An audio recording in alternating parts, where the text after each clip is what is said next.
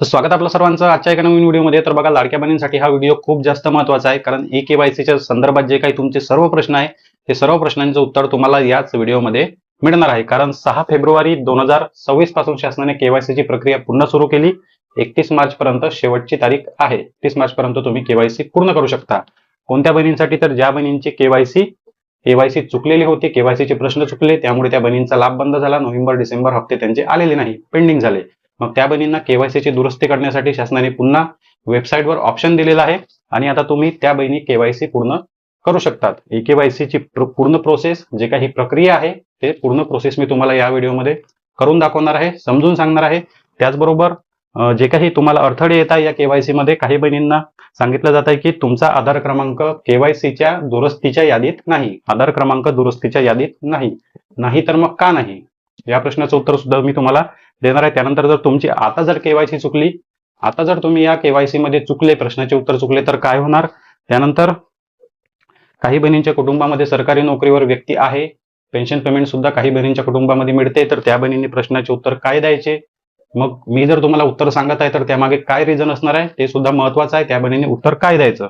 त्यानंतर जे काही लाडक्या बहिणींचे नोव्हेंबर डिसेंबर जानेवारी हप्ते पेंडिंग झालेले आहे, आता केवायसी जर पूर्ण केली तर मग तीनही हप्ते एकत्र मिळतील का, या केवायसीची चौकशी कशा प्रकारे होईल आणि तुमचा लाभ कधीपासून सुरू होईल. ओव्हरऑल सर्व प्रश्नांची उत्तरं, केवायसीची पूर्ण प्रोसेस, जशी प्रोसेस समोर जाईल तसे तसे तुम्हाला तुमच्या सर्व प्रश्नांची उत्तर मिळेल. त्यासाठी व्हिडिओ शेवटपर्यंत पहा. तर बघा, सर्वप्रथम केवायसीची वेबसाईट ओपन करून घ्यायची. वेबसाईट हा व्हिडिओचा कमेंट बॉक्स ओपन करा आणि सर्वात पहिली लिंक आहे त्यावर तुम्हाला क्लिक करून वेबसाईट ओपन करून घ्यायची आहे. तुम्ही वेबसाईट ओपन केली, अशा प्रकारे तुमच्यासमोर इंटरपेज ओपन होईल आणि या ठिकाणी स्पष्ट लिहिलेलं आहे की ज्या बहिणींची केवायसी चुकली, फक्त त्याच बहिणींसाठी ई केवायसी पुन्हा करण्याची संधी आहे. तर या ठिकाणी आपण क्लिक करू. या ठिकाणी क्लिक केल्यानंतर आता आधार क्रमांक टाकण्याचं, कॅप्चा कोड टाकण्याचं पेज या ठिकाणी ओपन झालं. या ठिकाणी बघा, लाभार्थी आधार क्रमांक. आता लाभार्थी आधार क्रमांक आपण टाकला. एक्झाम्पल साठी आपण लाभार्थी आधार क्रमांक या ठिकाणी टाकला, कॅप्चा कोड टाकला, त्यानंतर सहमती दिली, ओटीपी पाठवला. सहमती दिली आणि ओटीपी पाठवला. तर काही बहिणींना बघा, या ठिकाणी क्लिक केल्यानंतर अशा प्रकारचा पॉपअप येत आहे की तुमचा आधार क्रमांक दुरुस्तीच्या यादीमध्ये नाही, तुमचा आधार क्रमांक केवायसीच्या दुरुस्तीच्या यादीमध्ये नाही. आता ज्या बहिणींचा यादीमध्ये आहे त्यांची सुद्धा प्रोसेस आपण समोर करणार आहे, पण हा प्रॉब्लेम काही बहिणींना येत आहे. यामागे रिझन असं आहे की ज्या बहिणींची केवायसी चुकली होती, ज्या बहिणींची केवायसी चुकल्यामुळे त्यांचे पैसे बंद झाले, ज्या बहिणींनी कधीच केवायसी केलेली नाही त्या बहिणींचं सुद्धा या यादीमध्ये नाव नाही. ज्या बहिणींनी कधीच केवायसी केली नाही तर मग केवायसी चुकली पण नाही. पण ज्या बहिणींची केवायसी चुकली, फक्त त्याच बहिणींचं नाव शासनाच्या यादीमध्ये शासनाने वेबसाईटवर अपलोड केलेलं आहे. वेबसाईटवर त्या बहिणींचे आधार क्रमांक या ठिकाणी ऍक्टिव्ह केलेले आहे. ज्या बहिणींची केवायसी चुकली होती, फक्त तेवढ्याच बहिणींचे आधार क्रमांक केवायसी करण्यासाठी ऍक्टिव्ह केलेले आहे. ज्या बहिणींची केवायसी बरोबर होती, नोव्हेंबर डिसेंबर हप्ता सुरू आहे, त्या बहिणींची सुद्धा केवायसी होत नाही, कारण त्या बहिणींची केवायसी बरोबर आहे म्हणून चुकलेल्या यादीमध्ये नाही. तर ज्या बहिणींनी कधीच केवायसी केली नाही, त्या बहिणींची केवायसी कधीच सबमिट झाली नाही, त्यामुळे त्या बहिणींचे आधार क्रमांक सुद्धा केवायसीच्या यादीमध्ये नाही, म्हणून त्या बहिणींना सुद्धा केवायसी करता येत नाही. फक्त केवायसी सबमिट केली होती, सबमिट केल्यानंतर चुकल्यानंतर लाभ बंद झाला, अशा बहिणींच्या याद्या स्पेशल शासनाने बनवलेल्या आहे आणि या वेबसाईटवर अपलोड केलेल्या आहे. तुम्ही जेव्हा आधार क्रमांक टाकता त्यानंतर तुमची जे काही आधार क्रमांक आहे तो या ठिकाणी मॅच होतो. आधार क्रमांक मॅच झाल्यानंतर तुमचा आधार क्रमांकाला ओटीपी येतो. जर तुमचा आधार क्रमांक या ठिकाणी मॅच होत नसेल तर या ठिकाणी तुम्हाला सांगितलं जाते की तुमचा आधार क्रमांक केवायसीच्या दुरुस्तीच्या यादीमध्ये नाही. बघा, आता तुम्हाला क्लिअर झालं असेल की तुमचा आधार क्रमांक दुरुस्तीच्या यादीमध्ये का नाही. एकतर तुम्ही केवायसी सबमिटच केली नव्हती किंवा मग तुमची केवायसी चुकलीच नाही, तुमचा लाभ अजूनपर्यंत सुरू आहे.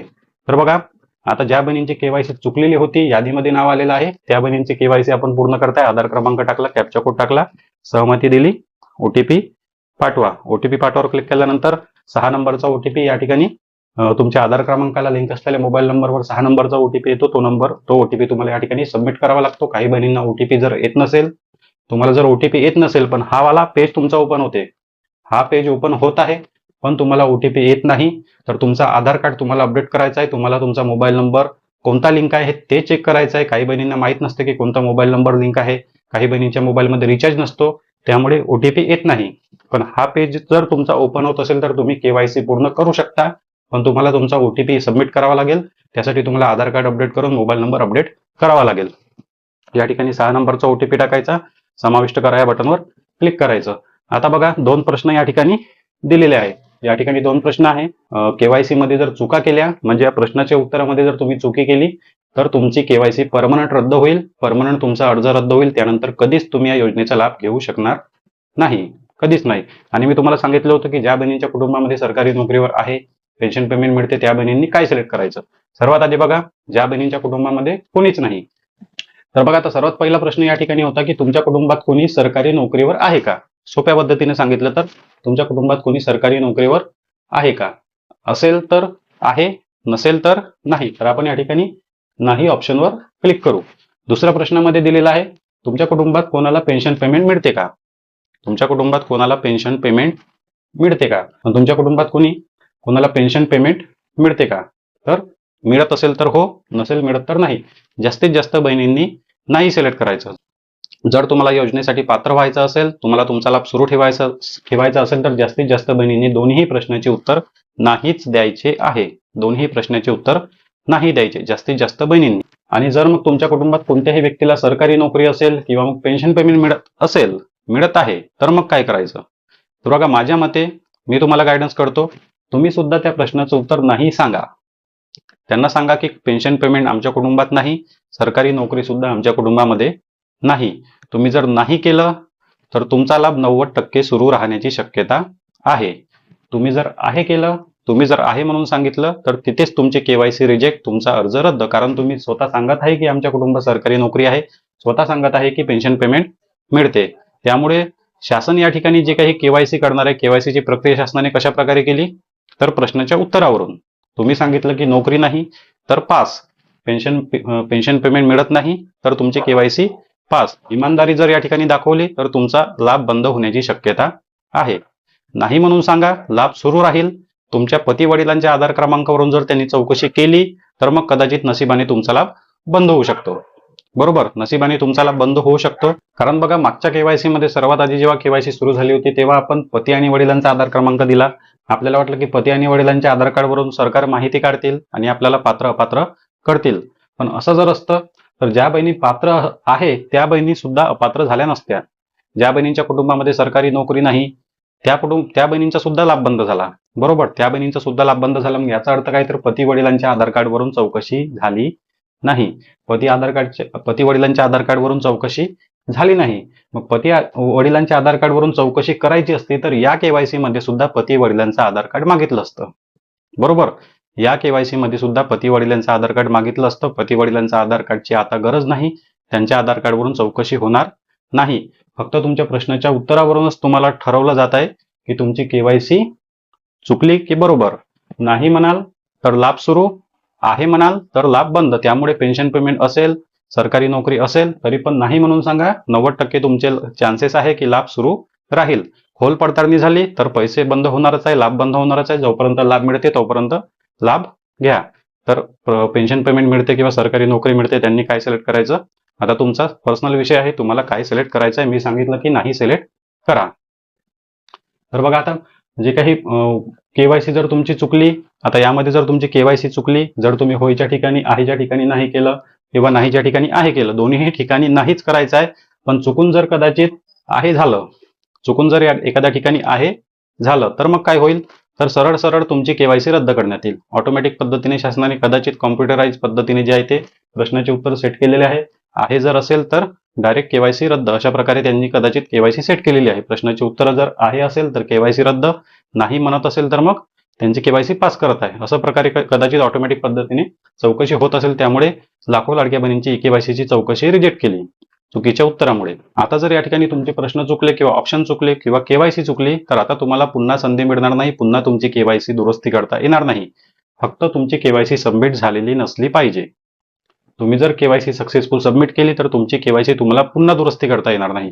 तुमचं जर ऑप्शन या ठिकाणी क्लिक करताना जर चुकलं, जर तुमचं ऑप्शन या ठिकाणी क्लिक करताना चुकलं तर मग मोबाईल बंद करा, KYC पुन्हा बंद करा, पुन्हा आधार क्रमांक, पुन्हा OTP टाकून पुन्हा KYC सुरू करून पुन्हा या पेजवर या. पुन्हा या पेजवर येऊन त्यानंतर योग्य पर्याय निवडून KYC सबमिट करा. पण KYC जर तुमची सक्सेसफुल सबमिट झाली आणि नंतर जर KYC चुकली तर तुमचा लाभ पुन्हा कधीच सुरू होणार नाही. आणि तर तुमची केवायसी डायरेक्ट रिजेक्ट होऊन जाईल आणि तुम्हाला कधीच पुन्हा केवायसी दुरुस्त करण्याची संधी मिळणार नाही.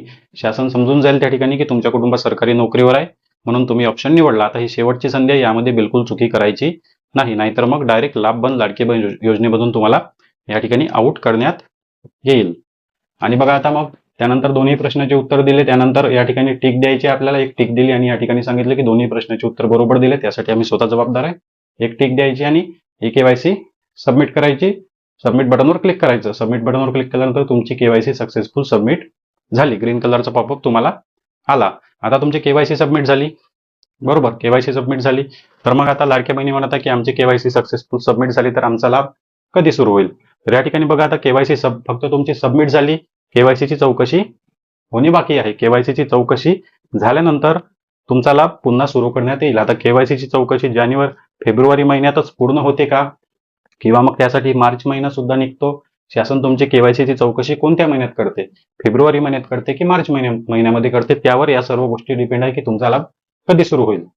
बरोबर, शासनाने जर तुमची केवायसी फेब्रुवारी महिन्यामध्ये पास केली तर कदाचित मार्च महिन्यापासून तुमचा लाभ सुरू होऊ शकतो. शासनाने मार्च महिन्यामध्ये केवायसी पास केली तर कदाचित एप्रिल महिन्यामध्ये तुमचा लाभ सुरू होऊ शकतो. पण कदाचित शासनाने जर ऑटोमॅटिक पद्धतीने केवायसीची चौकशी केली तर लगेचच तुम्हाला येणाऱ्या हप्त्यामध्ये सुद्धा पैसे मिळू शकतात. पण नोव्हेंबर, डिसेंबर, जानेवारी महिन्याचे हप्ते एकत्र 4,500 रुपये मिळतील का? हा एक प्रश्न लाडक्या बहिणींचा होता. तर बघा, पेंडिंग लाभ मिळत नाही. जे काही लाडकी बहीण योजनेचा रेकॉर्ड आहे, मागचा रेकॉर्ड जर तुम्ही पाहिला तर पेंडिंग लाभ मिळत नाही. ज्या महिन्यापासून तुमचा लाभ सुरू झाला, ज्या महिन्यामध्ये तुमची केवायसी पास झाली, त्याच महिन्यापासून तुम्हाला लाभ सुरू होऊ शकतो. त्याच महिन्यापासून तुम्हाला लाभ मिळेल. पेंडिंग लाभ, तुमचा मागे राहिलेले पैसे कोणत्याच महिन्याचे मिळणार नाही. पण शासनाने जर असा ऑर्डर काढला, शासनाने जर निर्णय घेतला की पेंडिंग लाभ द्यायचा, तर शासन देऊ शकते. पेंडिंग लाभ द्यायचा तर शासन देऊ शकते. पण जुन्या रेकॉर्डनुसार जर पाहिलं तर शासनाने जुने पैसे कोणत्याच बहिणींचे दिलेले नाही. त्यामुळे सर्वात आधी तुमची केवायसी सक्सेसफुल सबमिट करा आणि तुमची केवायसी तुम्हाला व्यवस्थित पूर्ण करायची आहे. जे काही प्रश्नाचे उत्तर होय नाही, कोणत्या बहिणींनी काय सिलेक्ट करायचं, मी तुम्हाला पूर्ण तुमच्या प्रश्नांचे उत्तर या व्हिडिओमध्ये दिलेले आहे. या व्यतिरिक्त आणखी काय प्रश्न असतील तर कमेंट बॉक्समध्ये विचारा. चॅनलवर नवीन असेल तर व्हिडिओला लाईक आणि चॅनलला सबस्क्राईब नक्की करा. भेटूया नेक्स्ट व्हिडिओमध्ये.